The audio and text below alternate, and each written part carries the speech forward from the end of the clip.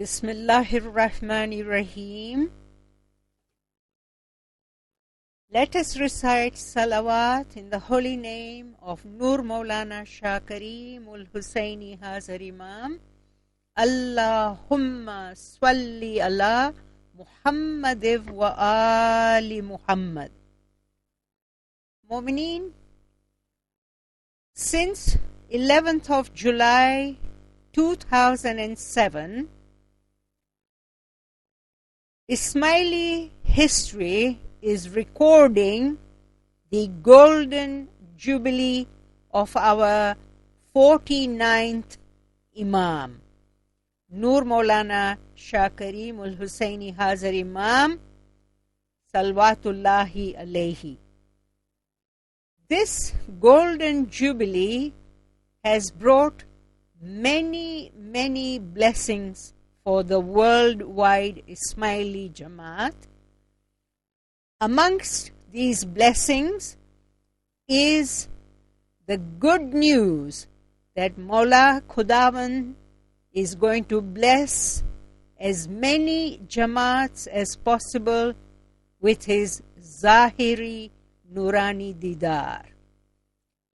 In the context of this, today, let us talk about the significance of Didar in mumins' life. The word Didar is a Persian or a Farsi word from the root word Didan, which means to see or to behold. Ordinarily, it simply means to see or to behold. But when Didar is used in the context of the Ismaili Tariqah, it conveys the meaning of the beatific vision, which means to behold the Nurani face, the Nurani personality of the Imam of the time in a physical Zahiri context. And this Didar, beatific vision, is full of barakah for the mumins. The Holy Quran uses two words for Didar. It uses the word ru'ya, which comes from the root word ra'a, which means to see, and another word in the Quran is liqa, which comes from the root word laqiya, which means to meet or to encounter. And from this word liqa is the word mulaqat. The Holy Quran tells us very clearly that God's Didar is a fundamental principle of Islam. For instance, in Surah 10, Ayat 7, it is said, "Verily, those who do not hope to have liqa, that is Didar, of God, and are content with the life of this world and are happy with it, and who are neglectful of our signs, their abode is in the fire because of what they earn." In the same Surah 10, Ayat 11, towards the end of the Ayat, God says, "We leave those who do not hope to meet us to wander blindly perplexed in their disobedience or transgression." In another two Quranic ayats, in Surah 18, Ayat 105, God says, "They are those who disbelieve in the signs of their Lord and in the meeting, mulaqat, with Him. Therefore, vain will be their deeds, nor shall we on the day of judgment assign any weight to them. And finally, in Surah 29, Ayah 23, God says, those who have disbelieved in the signs of Allah and in meeting with Him shall despair of my mercy, and it is they who shall suffer a painful chastisement. These few Quranic ayats clearly show us that God's Didar or God's Liqa is a fundamental principle of the Quran and Islam, and it contains all divine bounties and favors. Because whoever hopes for and gets this Didar receives the ultimate blessing, which is that he or she merges in God and attains eternal, everlasting life. Contrary to this, whoever doubts or rejects the liqa or didar of God is in the fire, and their good deeds become null and void.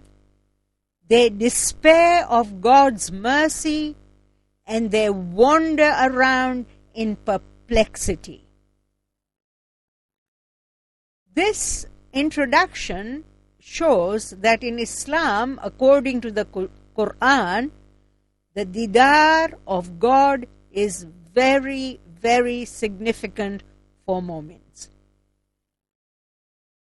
At this point, we have to ask, how is it possible for us to have this Didar of God here and now while we lead this physical life? The answer is very simple, and the answer is completely in the light of Quranic teachings. We learn in the Quran that God's mercy, that is His salawat, His rahmat, and His hidayat, guidance, everything comes through His appointed or chosen Khalifa or vicegerent. And another name which is in the Quran for such a Khalifa or vicegerent is Wasila, which in English means an intermediary. In other words, the Khalifa or the intermediary of God between Him and humankind is either the prophet of the time in the cycle of prophecy or the Imam of the time in the cycle of Imamat. We see in the Quran that obedience of God is only possible through His messenger, Rasul, and through His Ulil Amr. Every day, 3 times a day, we recite in our holy dua, Ati'ullaha wa ati'ur Rasul wa ulil amri minkum. This is Surah 4, Ayat 59. And here it is quite clear that when mumins obey the Ulul Amr, that is the Imam of the time, they are automatically obeying the Rasul, the Holy Prophet, and in this way they are obeying Allah. Another Quranic reference is in Surah 9, Ayat 111, in which God says that He has purchased the lives, the souls, and the property and wealth of mumins, so that in return he can give them paradise. And this is done through the Prophet or the Imam in their respective times. In the same way then, the Didar of God is also through his Khalifa or Vicegerent, who is the Prophet in the time of prophethood, or the Imam from the direct descendants of the Holy Prophet Muhammad sallallahu alayhi wa alihi wasallam, and this is in the cycle of Imamat. We have seen many examples from the Holy Quran. Let us take a couple of examples from the traditions or the ahadith of the Holy Prophet. There is a very well-known hadith of the Prophet in which he has said, Man ra'ani faqad ra'al haq. Here is the word ra'a in this hadith, which I introduced at the very beginning of this particular verse. It means, he who saw me indeed saw God. So the Holy Prophet equates seeing him with seeing God. In another hadith, the Holy Prophet says, Blessed is the one who saw me, and blessed is the one who saw the one who has seen me. And blessed is the one who saw the one who saw the one who had seen me.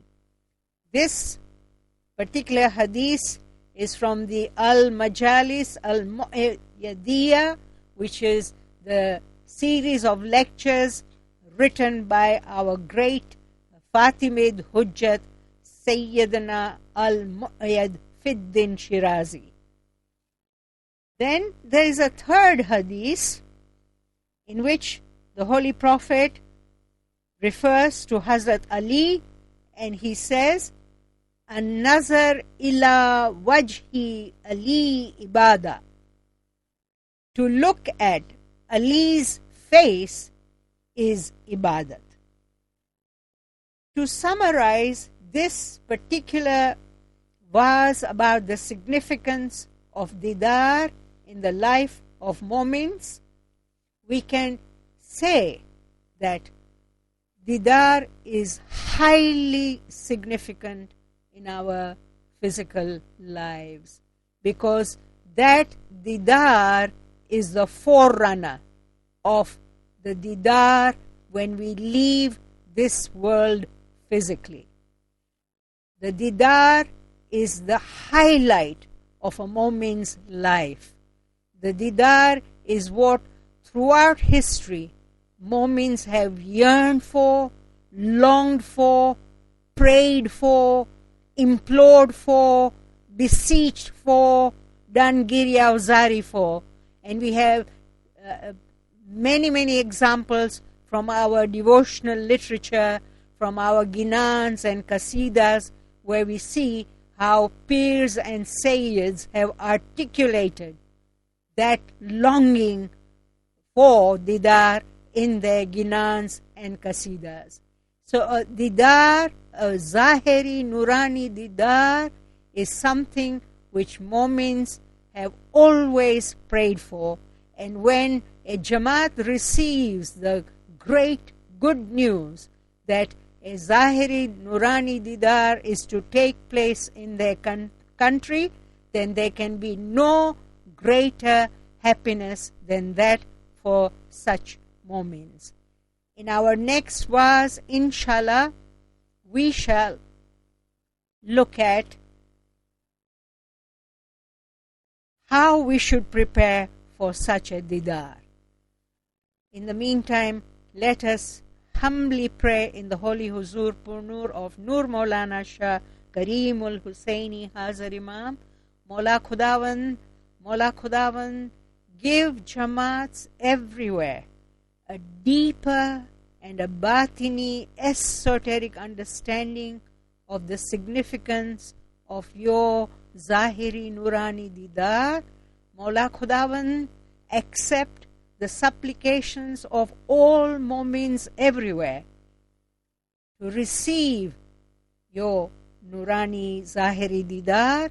Mawla Khudawan accept this prayer and respond to this prayer as soon as you possibly can, Mawla, and fulfill the longing and the yearning of our hearts for your Zahiri Nurani Didar. Ameen Ya Rabbal Alameen.